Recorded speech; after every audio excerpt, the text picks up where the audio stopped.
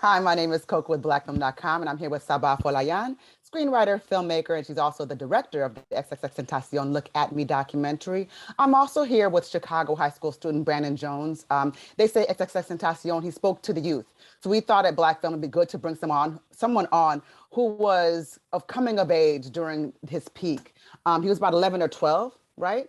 Around the time that XXXTentacion, of course, his untimely demise, and during the time that he was at a peak, he spoke to you in a very different way. But I thank you so much, Sabaah, for joining us. Thank you for having me. It's nice to meet you, Koku and Brandon. Awesome. Thank you so much, Brandon. I know, you wanted to speak to her and ask her a couple of questions, but I want you to tell her just sincerely, what did you think about the film? Honestly, like going into the film, I thought it'd be either like biased in a good way or bad way, only showing his pros or like either showing his cons. But like after watching it, it was like really balanced, and it showed us like positivity, his impact, and also the downfall, his cons. And I thought that was really interesting. Mm-hmm. But my main question for you is like, what was your take on XXXTentacion before going into the film and like after? Yeah, that's a good question. Well, I'm happy to hear that you thought it was balanced. Going into the film, I knew of him. I knew that he was a sensation among young people. I knew that he was associated with, just going through a lot of emotions and putting that into the music. Those were the things that I knew about him. I was like, in my SoundCloud era was ending right as he was emerging. Once I learned more about him, some things that surprised me were how diligent and dedicated he was when it came to his music, how business savvy he was, and how organized he was when he came to having a plan to become as popular as he was, and also just the generosity that he had, both the emotional generosity as well as the literal generosity that he showed to the people around him. And so it went a lot deeper than I thought. Sometimes when stuff is viral and it's on the internet, you kind of assume it's lightweight. And when I really started to dig into it, I saw how much substance there actually was to him as an artist and as a person. Mm-hmm. Brandon, you had another question? Yeah, That's my other question.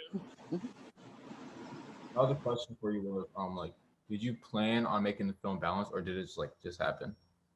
Yeah, I definitely planned on making it balanced. I came into it, maybe with a little more scrutiny at the beginning because it was his mom trying to make it and Solomon, his manager, and they obviously had a certain bias because this is somebody that they loved and somebody that they, and their success is connected to his success. So I came in being like, I have these principles, I have these values, we're going to tell the truth. We're going to dig deep, we're going to look at the good, the bad, and the ugly. But the good thing was they were very, very receptive to that. And through them, that's how I was able to learn more about the impact that he had on his fans and how important it was if the fans are going to trust it and receive it. It had to be balanced, it had to show those parts about him. So I think the balance really comes from the fact that this was a collaboration between me as someone who felt like I have a responsibility to the larger public, and his camp is somebody who is deeply loyal to him and want the best for him. And we really came together. And I think that's really where the balance comes from. Mm-hmm. I want to get into a little bit more about you, Sabaah, because I think it would help for them to understand how you arrived at this moment. And I understand that you were raised partially in Los Angeles and Hawaii. How did that come to be? And I just want to get a little bit more into your story. Yeah, so I was born in LA. When I was about 3 years old. My parents had split by that time, and my mom's a single mom without a whole lot of means. So her way of getting us out of the hood was to move to Hawaii. And so from when I was 4 to 8, I lived in Hawaii, and it was just such a different environment that I think I kind of crystallized into who I was at that time without a lot of noise from the outside world. So by the time I got back, I already felt, even at that age, I was observing things from a distance and I was looking at how people were moving, how things were moving, just with a little bit of a different perspective. And I think that has a lot to do with why I am the way that I am today. Absolutely. So that speaks to exactly like when you said observing, that speaks to that documentarian in you. And then going on from there, then you go to Columbia University where you're pre-med. So how do we get there? Yeah. So yeah, from that place of observing, with the eyes of a child, you see the world for what it is. You see the hypocrisy. You see that a lot of people are in pain. You see that things could be done differently. And so just thinking, how can I be secure financially and how can I help people? It was like become a doctor. But as I got closer and closer to that, it wasn't calling to me. It wasn't speaking to me. It wasn't fulfilling to me. The idea of physically going to a hospital on a daily basis just gave me so much anxiety. Like it was just not a fit. So I have this desire to help people. I have this observant perspective, and I'm trying to figure out where do I belong. And I drifted over towards nonprofit and towards public health. And that's when I got the opportunity to start interviewing people in kind of a clinical setting. And I interviewed people throughout the organization I worked at. I interviewed people inside of jails and prisons. I went on to have another job. This was at a reentry nonprofit. And then I went on to work at an organization called the Urban Justice Center at their mental health project. And again, I continued to gather stories as part of the work from people who were hospitalized with mental illness, again, incarcerated, because jails are doing the most of the work of treating people with mental illness because we don't have those social systems in place. And so I left those two jobs really understanding that an ability that I had was to have conversations with people where they felt safe to open up, and understanding that there was so much, I would talk to people that was like crack, literally addicted to crack, or literally homeless, literally schizophrenic, all of the different things of the outskirts of society. I was honored to be able to sit down and have them tell me their real human story. And from there, it was like, I just understood that there was a power there and that there was a value there. So when Mike Brown Jr. was killed, my contract was up with that job at the reentry org. And I was just like, I have to go. I have to go be a part of this moment as a Black person. You know what I mean? This is the biggest thing that Black people have mobilized collectively in my lifetime.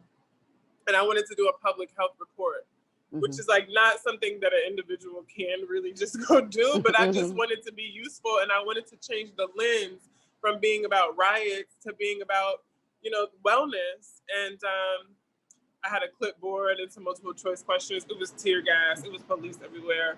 So it was just the moment kind of called for recording. And because I understand you were critical about how it was being perceived from the outside. That's what motivated you. Yeah, because they were calling it riots, and it's like that's not what it is. Like riots is when like white people's football team wins and they go turning over cars. Like this was a real act of like social upheaval that had roots and had meanings. And not only that, but besides the buildings burning, there was so much else going on in the streets. So that was what kind of activated me to say, like, we need to look at this a little closer. And that's the same thing that I feel when it comes to the story of X. It's just like we need to look a little bit closer and dig a little bit deeper into what's going on here. And I wanted to bring it full circle to that because again, you've worked with incarcerated persons, you've worked with mental health, people that are dealing with mental health. I mean, a lot of us have been dealing with a lot of things, right?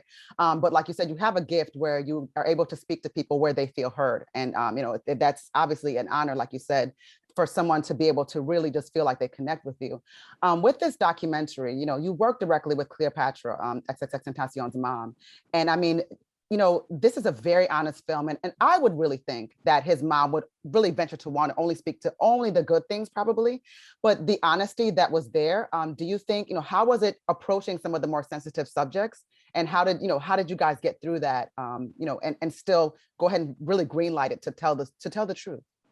Yeah, I think there was a trust that formed between us because I was honest from the beginning about my intentions. So I wasn't going to come in and be nice and then at the end and ask something. I was from the very beginning, I'm going to have to ask these questions. We're going to need to go there. And I was able to explain to her, look, if you want people to believe that your son was on the way to redemption, then you have to tell them the truth about the things that happened so that there's that credibility by the end of the film. And so her being brilliant, being the mother of someone brilliant, this is where he gets a lot of his wisdom and his savvy and all of that. She was able to understand that. And also I think that similar to how he had a huge heart, she has an incredibly huge heart. So the idea that this film could be a tool to actually help people to actually continue this mission that he had to really deeply honor him. That's what we connected over in the first conversation. I think we both saw something in each other where we saw eye to eye. Mm-hmm. Yes, there was moments where, you know, there was definitely push and pull, but we always maneuvered through it by just being really honest, me trying to explain the why, her explaining to me her feelings and her loyalty and her grief. And, you know, again, that's where the balance comes from. Mm-hmm. We really worked through this together. Mm-hmm.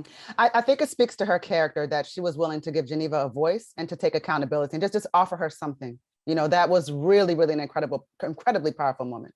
Mm-hmm. Yeah, mm-hmm. I agree. Mm-hmm. Definitely. And so, you know, one of the things about his music, I think, you know, we all have an origin story, right? There's always a why, you know, whether that's good or bad. And again, going back to the path of redemption, when you watch this documentary, I think what people should know is that we see why, you know, we kind of understand why Jahseh went through the things that he went through, how he became who he was. But a lot of the times what we don't realize is that a lot of the messaging in people's communication or how they express themselves is in their music. He was sort of living out loud and people were being entertained, but they weren't really realizing the depth of what he was saying to us.